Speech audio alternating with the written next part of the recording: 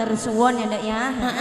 Mbah Dirgo sak keluarga kagungan kersa ndadekake manten putrane dalam acara walimatul urus ya Nduk ya. Juga kagem Mbak Sulis soho Mas Nganten selamat menempuh hidup baru, semoga berbahagia selalu ya Nduk ya. Amin. Semoga menjadi pasangan yang sakinah mawadah dan warohmah. Amin. Allahumma amin. Muga-muga Nduk. Piye yuk? Nek bar dadi nganten ya aja lali. Kene ndang gawe adik. Bendang kaya aku. Ya Allah, ngene iki nek ora bangkune karo yaiku Dirgo ngono lho Nduk. Kene ta yo. Meteng gedhe ning ngene kok ya isih dikon melok bangeten lah iki. Lho wis kadung seneng karo sampeyan ngono lho yo. Biyayine ning ndi ki mang cah ora ono cah. Pak Dirgo, endi le cah? Endi Nduk? Ya Allah Gusti lah iki kuwi to yu. Gusti. Duwe gawe kok ketok ganteng salim seayi ya Allah Gusti lah iki. Sugeng dalu bapakku. Aja lali lho ya.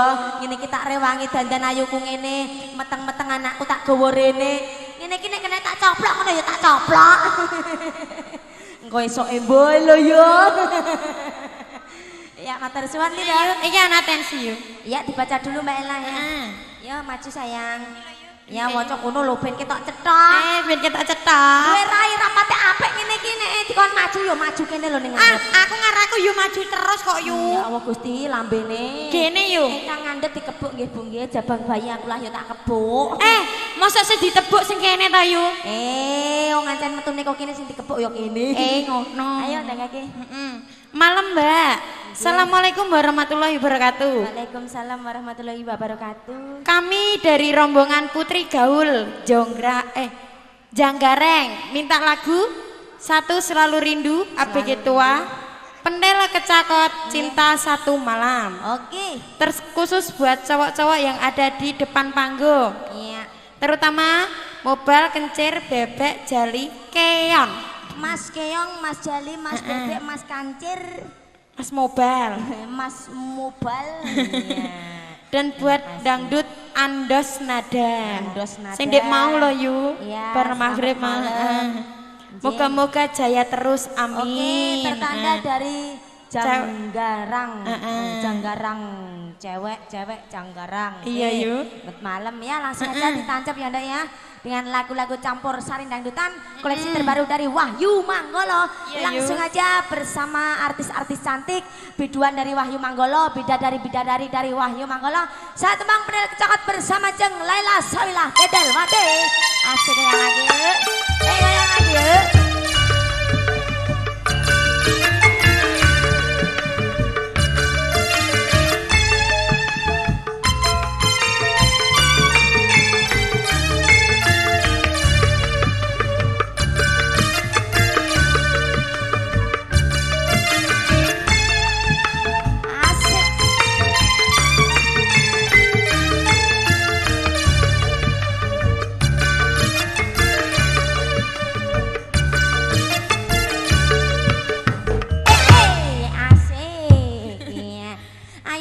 Ayo, kowe sing wis kulino. Ayo, kulino apa? Alah kemayu mleh Nduk.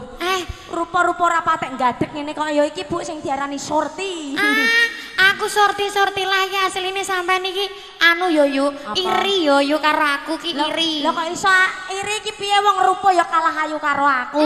Bodi ya seksi aku, meteng-meteng lah aja seksi karo aku kowe iki. Kondo sapa? Asline rupanem nek karo rupa aku ku ayu aku yo yu. Alah kon ndelok tukang syuting kon ndelok ibu-ibu ayu sing ndi jajal. Ayu aku.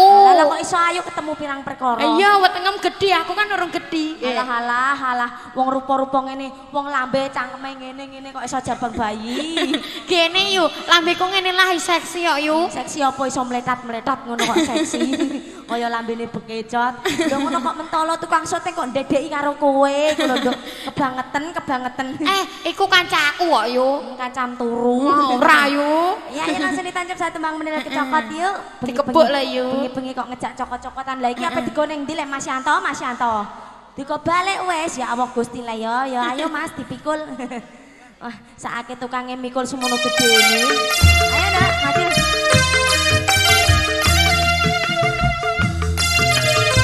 Ayo lagi semuanya.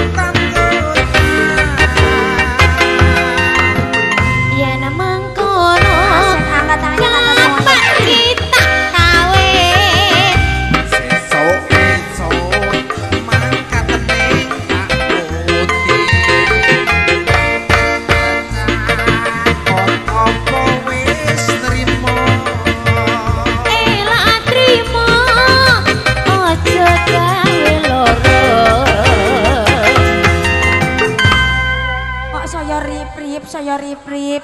Halo. Halo, panggilan ditujukan buat Bapak Menteri Penerangan. Apa leh? Leh kowe ki njaluk ya apa nantang-nantang kok iso. Cah cilik banteng pisan kelenger ngono kok iso mlete. Alah, dhuwit 2000 kok dipamerno apa neh? Moh, awe-awe blok adek ning petengan iku lha apa? Yu, sampean mosok isih kuat banding sakmono kuwi yu. Alah, cilik merungkil ngono potongane ketak-ketik nek rambut adek dijambul barang ngono ku lha apa ngono ku. Apa sing meteng rono? Doyan meteng-meteng ngene iki. Peteng-peteng adek awe-awe wong meteng barang iku lho ya. Ayo kok kebangetan. Aku ngrasakno cah kene kok aku saya suwe saya ngelu ndok. Kok iso ngelu piye ta yu? Bocah nom-nom ngene meteng-meteng kok ya diawe-awe ambo ape diapakno ngono iku kok. Ame disawer kok yu. Ngono iku lho, awe-awe lan ning padangan ngono aku sih ora apa-apa nduk, terang-terangan ngono ketok rupane. Lah awe ning petengan ngono iku jengene ana petingane nduk. Petingane apa yu? Mertandakno nek es teh gula batu nduk. Maksude piye ta yu? Kan ngoceh ning sawerane ora ana metu kok iso begeten aku. Ayo, bengak-bengok bloko. Iya, apa sayang? Tresno Sudro, moh salim terus tanganku mundak tipis ngoh. Salim tok iki panjere ndi panjere kok iso. Ya Allah Gusti. Mon ora dipanjeri pokoke ora tak turuti. Alah, duwe ewon-ewon paling-paling ya entuk madol tape iku ae kok iso geger kowe iku. Lah apa? Adol apa ora adol tape no iki yo. Iki yo matuk. Ya Allah Gusti, lah kok balik neh. Ayo. Lah kok nyengite ra karuan yo nduk iku lho maam ketabrak ngantek ngamuk-ngamuk kok iso geger ae. Iya oke sayang dilanjut ya nduk. Wis peteng-peteng lah ra apa-apa malah sing seksi sing ngene iki ya nduk. Langsung aja tancap kembali diputer bareng artis-artis Wahyu Manggala. Yuk bersama jeung Anissa Olivia langsung maju ke depan ya. Monggo. Asik.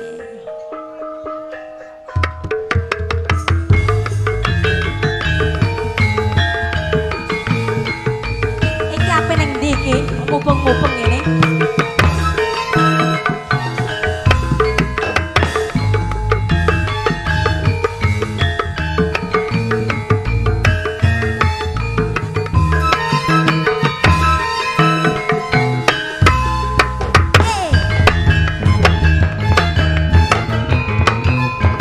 Goyang lagi semuanya.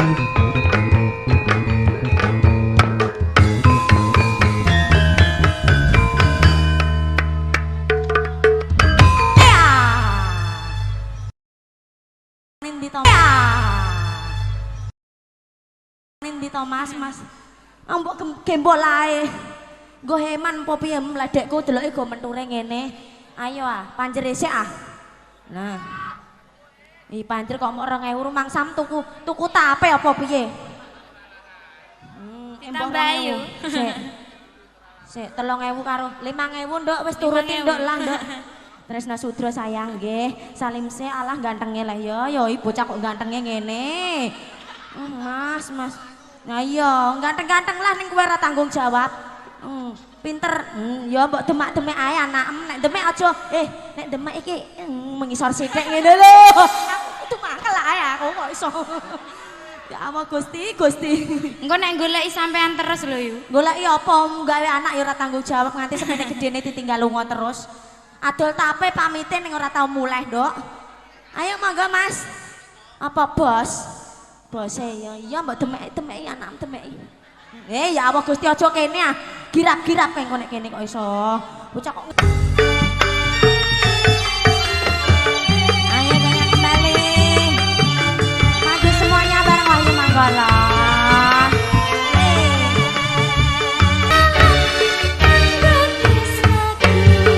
Asik kembali lagi bergoyang bersama artis-artis Wahyu Manggala.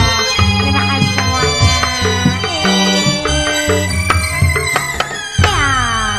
Tresno Sudro. Ya awal Nduk. Ditresnani nganti ngono kok ya dulurku lanang Yanto iku lho Nduk kok malah tengok-tengok ngono iku piye ayo. Di awan nyawer terus lho yu. Napa Mas Yanto sayang? Aku mrono. Lho, nek rono wani 50.000 tenan ta ora kok iso. Sajane kok nantang. Iya Lilo, sabar ya sayang ya iku lho tak ngladeni karo dulurku lanang. Ya Allah, kok mbok dudal-dudal ae. Urung wayahe metu. Kok iso geger ae. Sabar aja telung sasingkas kok mbok dudal-dudal ae. Roh-roh nek kowe pakane agek nek mbok jotos kok iso tak jelok ini san meteng kowe. Kok iso. Wong kok iso roh wong meteng kok kudu ndogo-ndogo ae ngono ku mbok lha apa kok iso. Pripun Mas Yanto sayang? Alah ya ngersake napa Mas? Cinta satu malam. Cinta satu malam tenan. Pamer tok ngono lho ento Yanto. Wani tenan ta ora kok mbok pamer tok ngono. Wani ten. Ayo rene nek wani tenan sing ndi sing dipilih. Ayo ndok maju 3 langkah bersama Mas Yanto. Gerak, ayo. Lho, ledek kok ayu-ayu blongoh-blongoh ngene ya Mas. Iya, salaman siji-siji. Ayo salim siji-siji. Salim karo Mas Ndok. Ihu. Alah ya. Mboke ra salaman dhewe ra payu mboke. Mas Yanto sayang, cinta satu malam yang nyanyi siapa milih sing ndi pokoke sing ika nomor 1 Tina Sobreyane saya tembang cinta satu malam langsung ditancap bersama Wahyu Manggolo juga Madu Laras. Sewu kok tak openane ya Cong ya. Nggo jajan ya ora entuk apa-apa untuk permen tok. Diopeni ae. Ayo. Mangga Mas.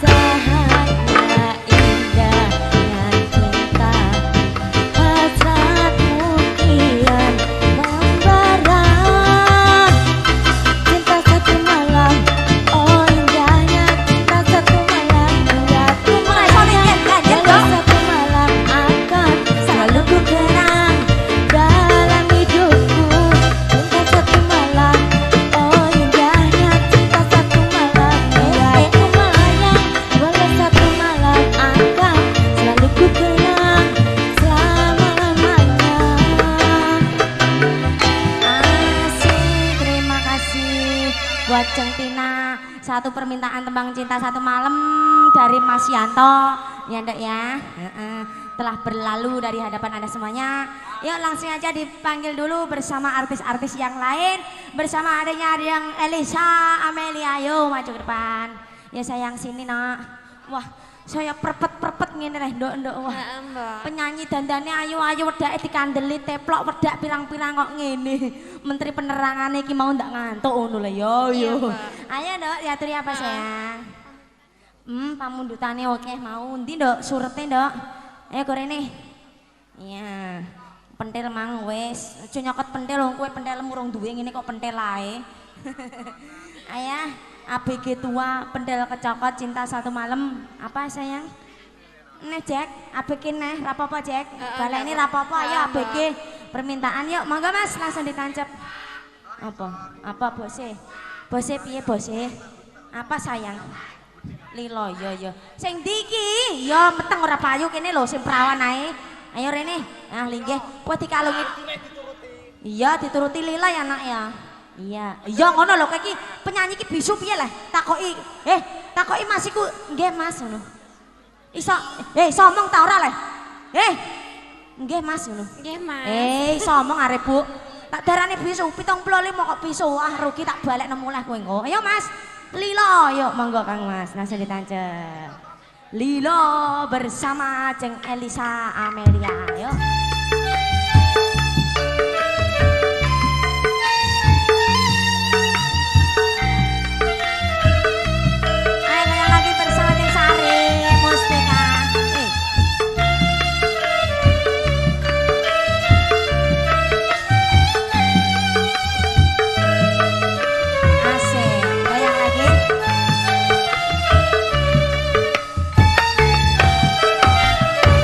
Apa wis ora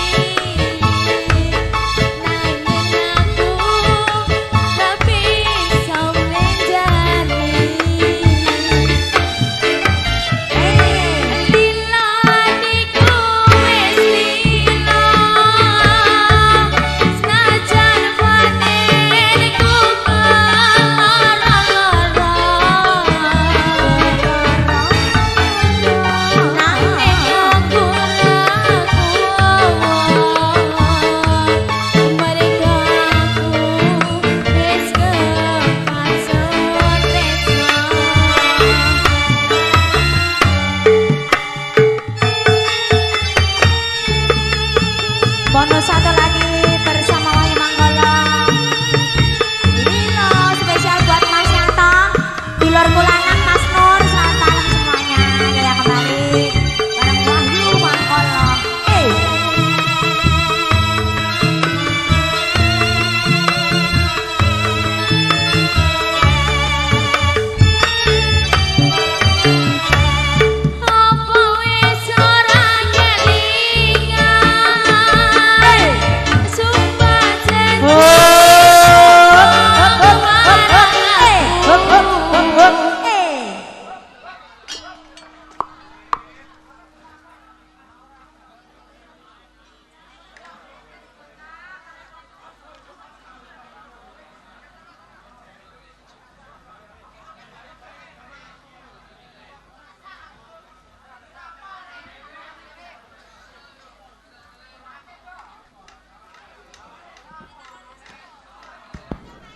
Kranti karo bendarane ndoke rasa ditutup.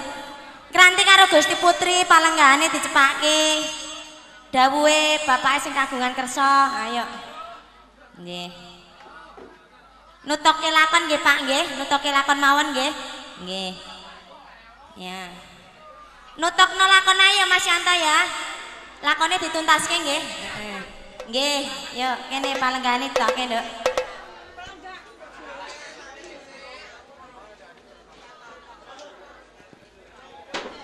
Ya palenggahane tokno. Ndoro putrine aku kowe dak do mlayu, Nduk, Nduk. Ya, oke.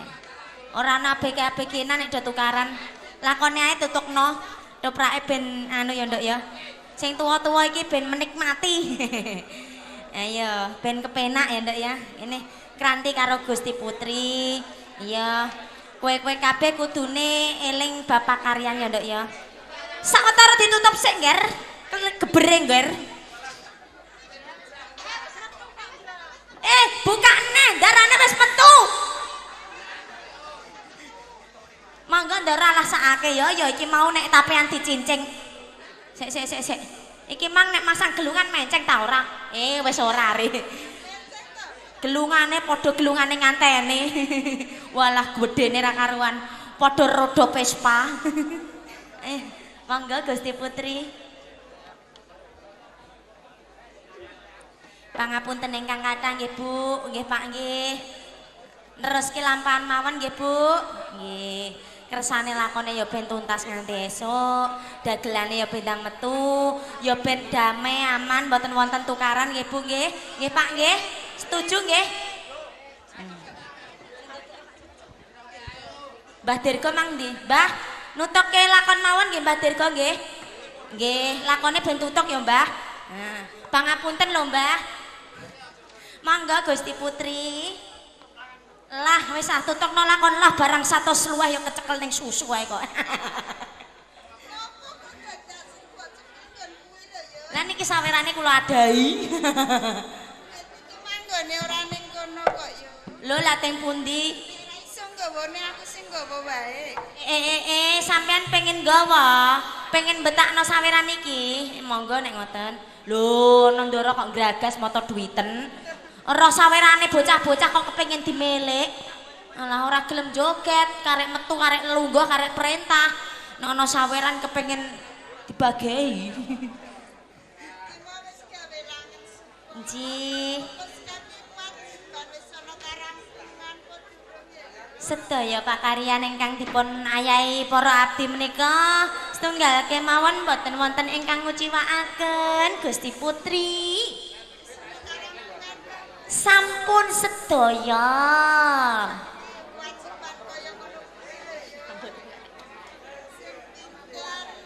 Ini Nduk, aja meneh. Nggih. Mboten, nak ngono to, Nduk. Piye mau adi-adimu sregep ta ora? Ah, sregep kok, Mbak. Sregep-sregep kabeh kok, Mbak. Ah, sregep maem, Ndara. Lah kowe iki boro mangan bloko. Nggih, maksude ku ngoten lho, Ndara. Maksude niku bakda ngayahi kewajiban ngrampungke gaweane piyambak-piyambak niku terus opahe maem ngoten.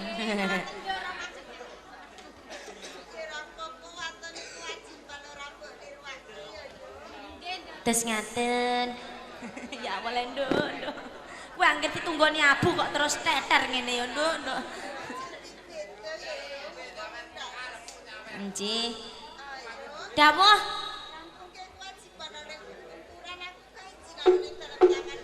Kados ngaten, menawi ngaten monggo kula dherekaken Gusti Putri ayo nduk sawetara ngrampungke kewajiban karo benderekake Bendara Putri ya. Sekar pepundhe. Gusti Putri teng mriki piyambakan nggih. Kresna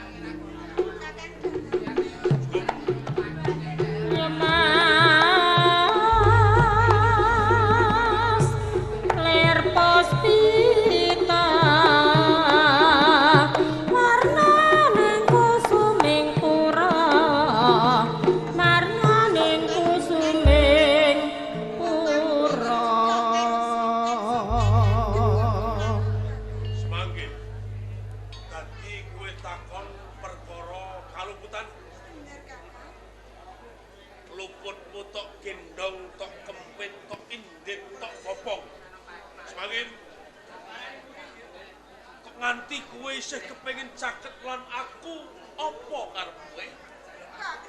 Karo sampean aku tresno karo sampean. Pengen cedhak karo sampean Kakang. Tresno seneng. Ora. Tresnamu lan aku mung tata gelar lain. Nanging batinku selak kanyata. Nek pancen tetelo kowe tresno lan aku. Nanging yo kuwi kowe gelem diwengku lan disenger dening Kanjeng Sultan Hatiwijo apa kowe lak kedadean ing Gunung Raja ing Gunung Danaraja liko semono apa kowe lali semangku Ora lali Kakang aku sing kelingan Kakang Dana. yen kowe ora lali mongko rikala ing Gunung Danaraja sepisanan aku lan kowe nibake rasa tresno nanging yo kowe gelem disenger dening Kanjeng Sultan Hatiwijo iki pratandha yen tresnamu mung samudana kowe cidra ing janji semangka Paten aku tresno karo sampean Kakang. Kandono kanan koyo ngene mung aku kanthi ndek pangmos.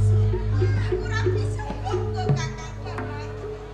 Sejatine katresnanku mung tulus kanggo karo sampean Kakang. ora nek marang citramu pancen kowe sawijine wanita sulis nanging kasulistihanmu ora jumbuh karo ati sok seneng kowe nyedrani janji marang Wiwit biyen nganti saiki aku sing tresno karo sampean. Katresnanku mung tulus kanggo karo sampean Kakang. Kini sampean percaya karo aku Kakang. Sukan sing sempat yen kulino lan wengi mergo aku bisa karo sampean. Mergo aku ora bisa sanding karo sampean Kakang. kowe mung lairmu kono kaya Ora Kakang. nanging batinku selak yo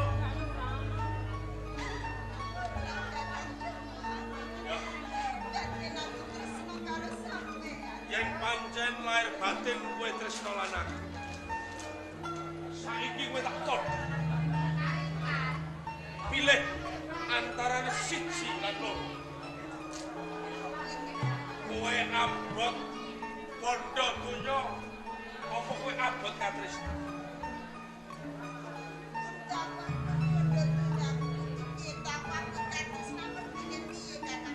yen kowe abot bondo donya tetep kowe manggon ing Kasultan Pajang kowe dadi sengerane Kanjeng Sultan Hatiwijo nanging yen kowe abot marang katresnan gelem kowe melu aku gelem kowe tak jak ninggalke Kasultan Pajang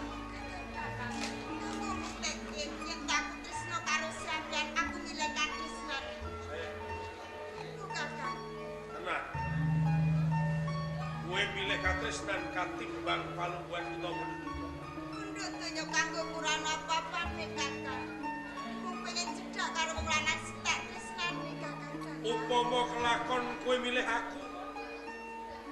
Kelakon urip perkoso wis aku.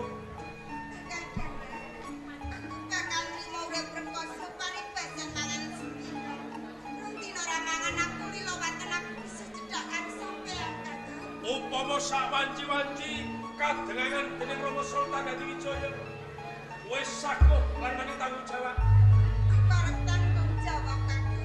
Tenang, Kakang. tenang. Yen ngono tak tompo bocah.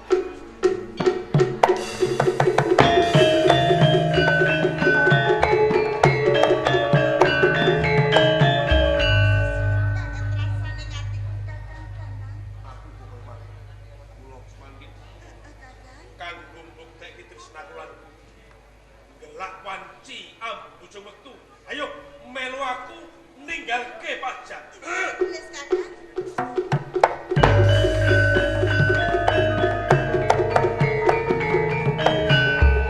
Raden Dana. Badhe kemintak menapa panjenengan?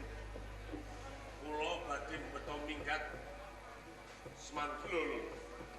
Ajeng rangkat kaliyan semanggi niki. Menapa panjenengan boten ngertos yen to semangkin menika dados sengkeranipun Kanjeng Sultan Hadiwijaya. Kula ngertos menawi semangkin menika sawetawis wekdal dados sengkeranipun Rama Sultan Hadiwijaya. Nanging jenengan dika mboten ngertos perkawis ingkang sampun kawula. Bilih saderengipun semangkin dipun sengker dening Rama Sultan Hadiwijaya. Menika katresnan kula. Menika pupujaning manahku. Napa kula lepat menawi kula gesang sesarangan kali semangkin. Wah, saking bab perkawis menika. Rening kula menika anggadhahi tanggel jawab supados jagi dhateng kawilujenganipun semangkin. Raden Dana. Yen kenging kula ndakaken sampun ngantos kebacut tumindak panjenengan. Rene panjenengan sampun cedhak bilih tumindak ingkang kados ngaten. Mongko jenenge ratu boten mawas anak kadang garwa putra. Pundi ingkang lepat tetep badhe nampi pidana. Nek kula bacut panjenengan tetep badhe kula rangket, kula aturaken sampun sampeyan dadi pepala kula. Hati-hati Kakang.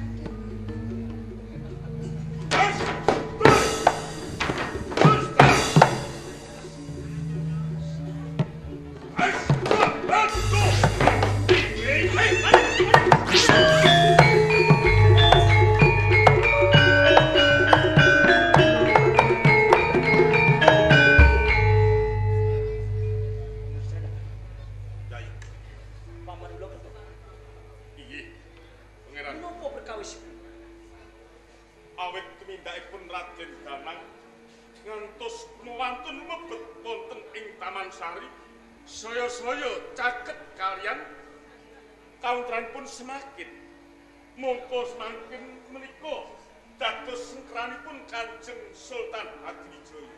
Ingkang Rama nyatanipun pami boten wonten kula tartamtu sampun kelapan rangkat kalian Raden Danang. Belum betos menawi panjenengan singklar dateng kewajiban ajrih nampi pidana saking ngersanipun Kanjeng Rama. Nanging manggen perkawis menika kula ingkang badhe tanggel jawab. Panjenengan pantun tanggel jawab bab perkawis iki. Kanjeng Pangeran Bedawa kenging menapa panjenengan balui dhateng pun Raden Danang. Mongko Raden Danang lepat tumindakipun. Yen mangke kula ngantos alitipun nampi duka agungipun kula nampi pidana kaliyan Kanjeng Sultan Hadiwijaya. Menapa Kanjeng Pangeran Benawa badhe tanggel jawab dhateng kawilujengan kula? Ing ngajeng kula sampun matur menawi kula ingkang tanggel jawab. So ngaten monggo kersa parek nyuwun pamit.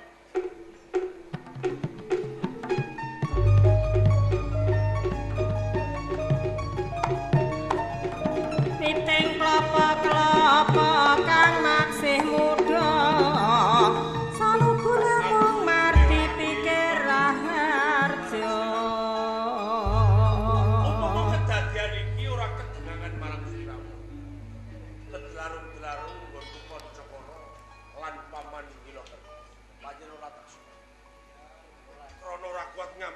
raganing kanepsu. Satemah aku tumindaken kaya mangkin jalaran. Aku tresna marang semangkin.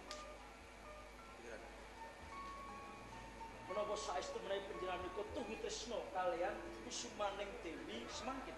Lair temu sing batin. Lair temu kok batin. Aku tresna marang semangkin. Kang Mas Danang. Menawi panjenengan tuwi tresna dhateng Kusuma Dewi Semangkin, monggo. Kula aturi rangkat saking Taman Pamargi Putri. Nanging sampun ngantos ing mangke panjenengan miyos kori ngajeng. Kula aturi miyos kori wingking. Menika sampun cumepak turangga minangka titihan panjenengan. Yen kaya ngono, menawa sepisan meneh aku matur nuwun dene rigenmu kaya mangkon. Aku matur nuwun, Yayi Benawa. Ayo, semangkin, kowe melu aku ninggal ke Taman Wajah.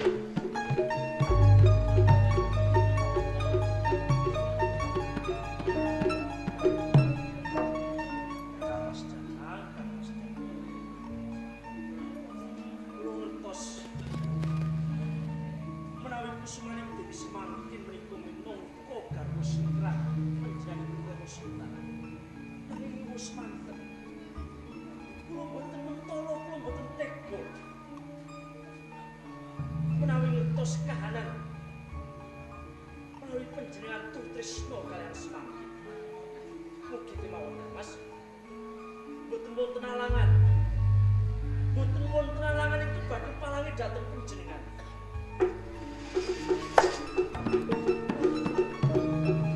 Yama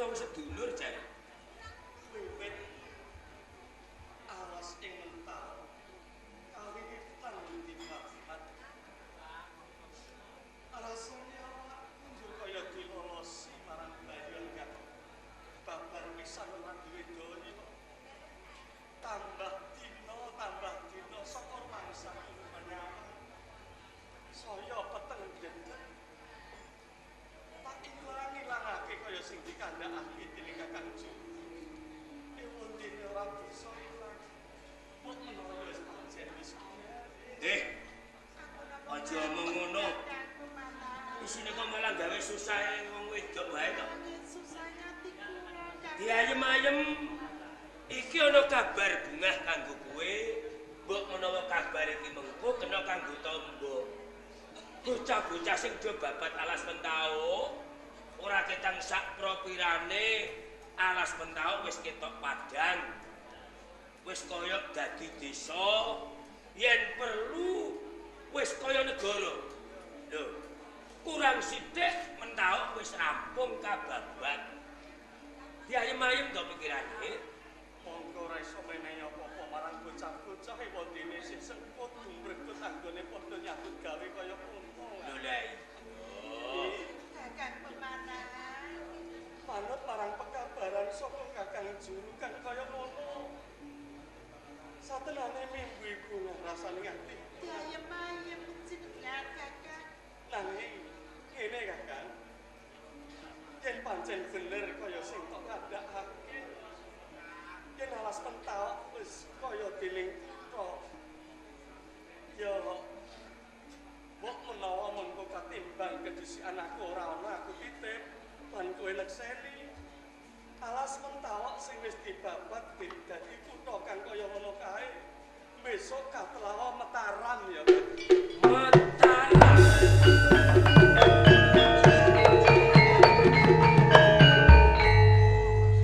Seneng hati sampeyan kakang. Pak Joko sampean wis bisa dikampulake. Wis engko tak golekno tangga, engko tak golekno dukun sing mandi ya.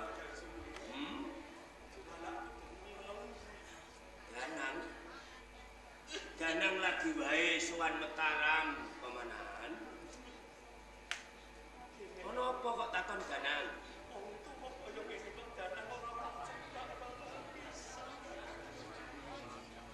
Ono apa kok takon Danang wae? Kok sedaya ora yo bali to Danang?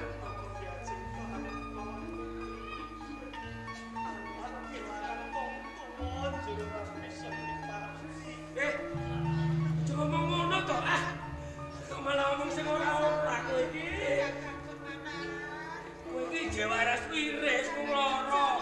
Lara lumrah kok ngomong sing ora-ora kok kowe iki. Coba ngono, coba ngono.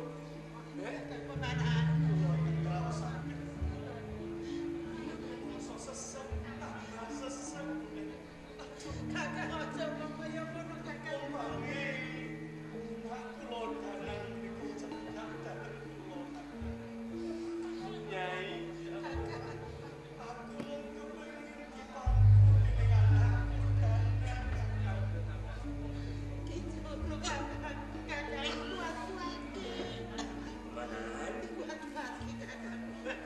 Dadi kowe kepengin dipangku Danang. Kepengin dipangku anakmu lanang. Subhanallah. Pemanahan. Danang ngono mulih. Parang dene kowe kepengin dipangku Danang. Aku minangka sesule anakmu Danang. Coba kene tak pangku ben lega atimu. Anggepen aku Danang Sutawijaya sing mantu karo kowe pemanahan. Ya. Kakang aja tinggalke aku.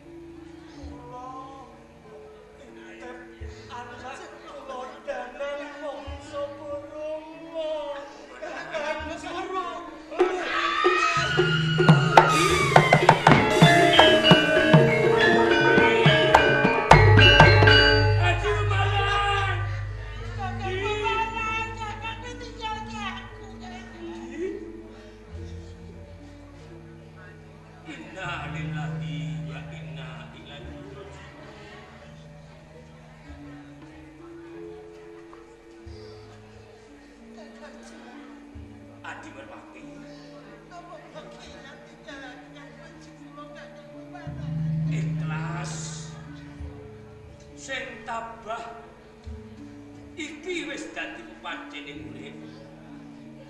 Iki wis dadi kersane Gusti ya. Kudu dibucahe tunggu pilayone jalan.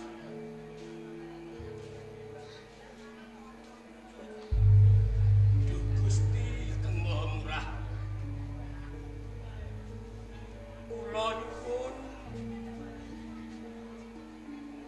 mugi tinampi arwahipun Adi Pemanahan.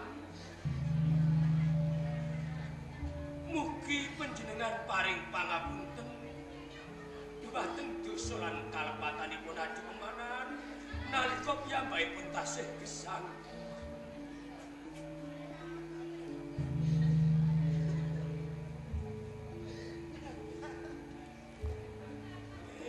Wis.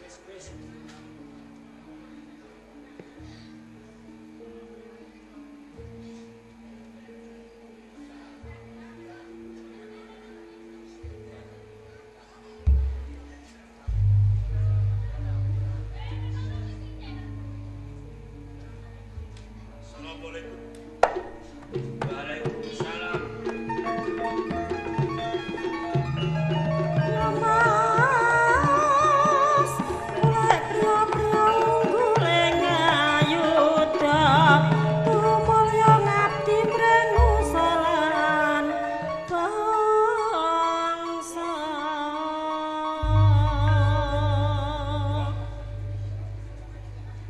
Sami mumpun. Sing ditangisi niku napa? Mbok. Mbok. Sampeyan kali simbol dhewe Bapak Pemanahan ta pundi kok? Lawan sapa? Bapak Pemanahan. Atine ditata. Yen kowe goleki bapakmu, lurupan iki dibuka, Danang. Buka, Danang.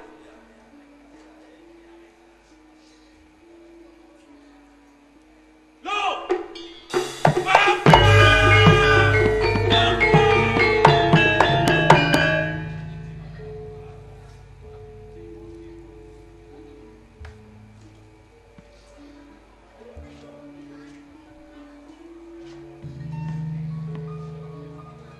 Danang.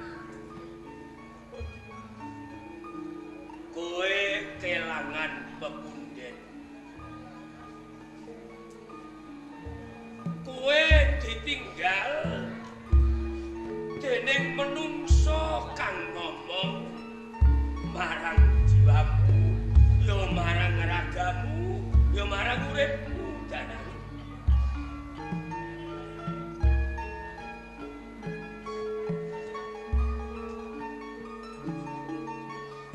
Nalika urip bapakmu sing kok pepundi kaya wesi haji, kok sesanjung kaya lumrahing priang.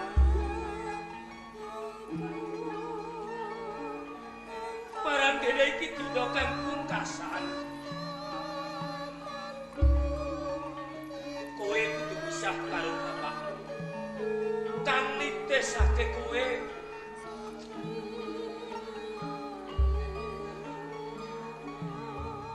Kowe kena gelo, Danang. Kowe kena getun. Sapa to menungso sing ora gelo? Sapa to menungso sing ora getun kelangan bapak? Tembung kelangan kuwi gelo. Ing atase kelangan dom sing cilik wujude wae. Gone goleki nganti jlimet. Saya-saya iki kelangan bapak. Mergo bapakmu wis mati. Nalika bapakmu lara, simbokmu, aku ora kurang-kurang nggonku budidaya golek tamba. Nanging satenane wong lara digolekno tamba, iki ora ngalap dawaning umur, ora. loro digolekno tamba kuwi ing ujug. Ben sing loro ora ngrasakake panandang. Mung kuwi nyatane budidayane menungso tan kuwawa ngowahi kodrating sing kuwasa. Iki perkara pepati. Wa idza jaa ajalu la yastakhiruna sa'ata wala yastaqdimun. Nalikane ajale menungso kuwi wis teka, menungso datan bisa swala. Pati ora iso disemayani. Ibarate ngregan kuwi wis pas ora kena dinyan. Wis ikhlas tabah lan narima. Ayo dalan. Wong kowe anake kok. Ayo padha dirukti kunarepane bapakmu pemanangan. Ayo.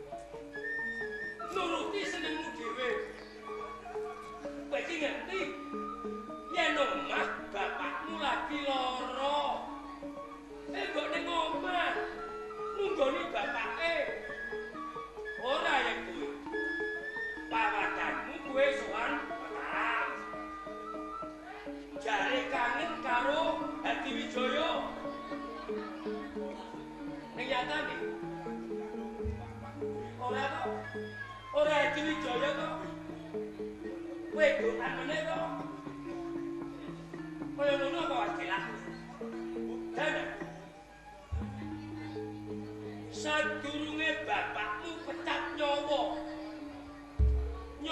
pisah saka raga winanti sakaratul maut.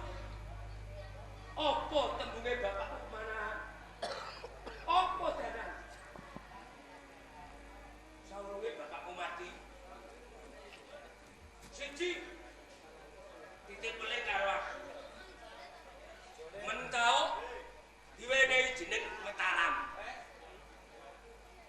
Nek sing batu sadurunge bapakmu mati sing ditakokno bapakmu kemanan ora simbokmu merpati ora aku.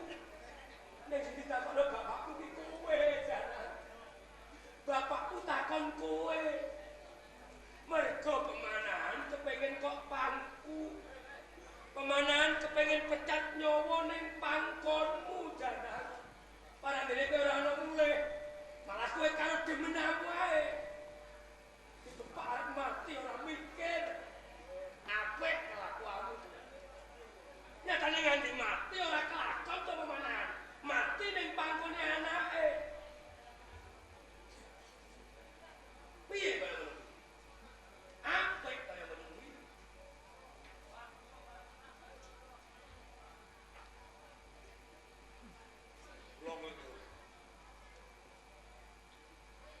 Lo salah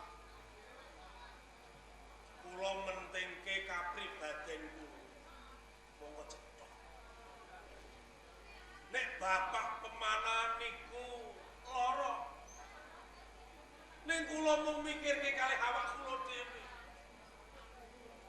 Krana kula puja hawa nepsu. Mung bedhake kula ngapusi kalih sampeyan. Nek kula teng Pajang niku kangen kalih Kanjeng Sultan Hadiwijaya. Ning tenane niku ya. Pancen kula kangen kalih semangkin kathah.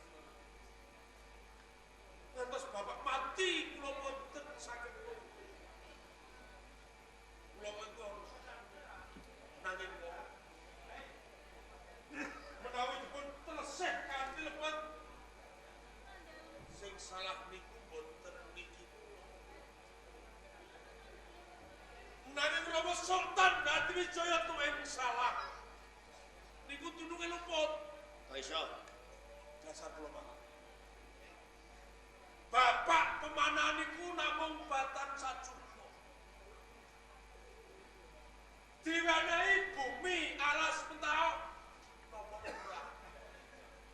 Babat alas mentawak kang semanten wiyaripun.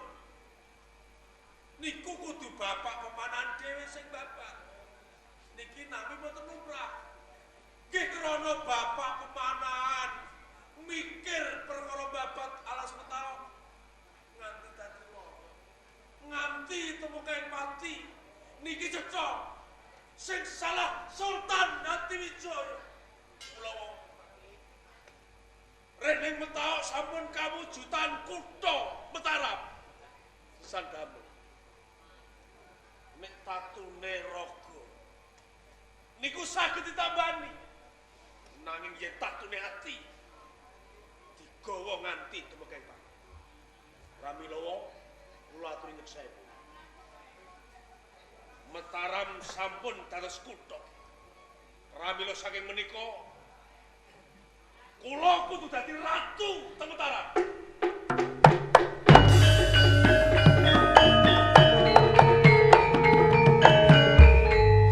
Omongan kok prempul sak penake udelmu dhewe. Gampang kok le wong ngomong ki gampang. Wong ilat ki lunyu ora ana balunge. Ning adate sing akeh menungso iki ora mikir. Diomongno gampang, angel ditindakno. Lho, iki lho. Gampang kowe omong. Kasurung rasa gelo, ya ta? Perkara batine bapakmu, kowe duwe penganggep yen sing jalari Sultan Hadiwijaya. Mentawak dadi kutha Mataram. Terus kowe kepengin dadi ratu ing Mataram. Terus arep ngembari panguwasane Hadiwijaya. ratu niki. Wis mbok pikir. Sampun. Kowe kok kepengin dadi ratu? Apa ora nempuh pocapan? Cecak untal ya, cebol gayuh lintang. Mulato salino anggrasa wani. Gelem kowe tepo slira. Tepo tepak slira awak. Sopo Danang Sutawijaya? Anake pemanahan. Sopo pemanahan? Anake Ki Ageng Enis turun sela. Wong ngaceplek pandhe galeng, wong desa kesa-kesa. Lho kok arep dadi ratu? Banggo bondo iki apa? Apa iso kelakon le? Apa nek wong desa niku ora entuk dadi ratu? Ora iso Saged mawon. ora iso. Bentenipun menapa Danang Sutawijaya kalih Jaka Tingkir yo karepet. Sinten Jaka Tingkir? Sinten karepet? Jaka Tingkir anake Ki Kebo Kenanga. Ya, Kebo Kenanga kuwi prasasat pandhe galeng, uga wong desa. Ewa semanten Jaka Tingkir saged dados Sultan Hadiwijaya.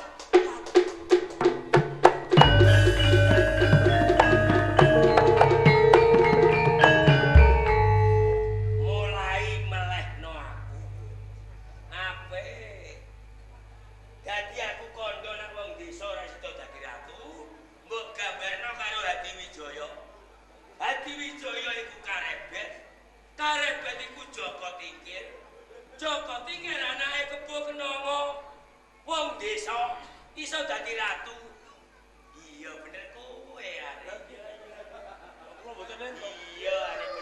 Ningkir iso dadi ratu. Iya.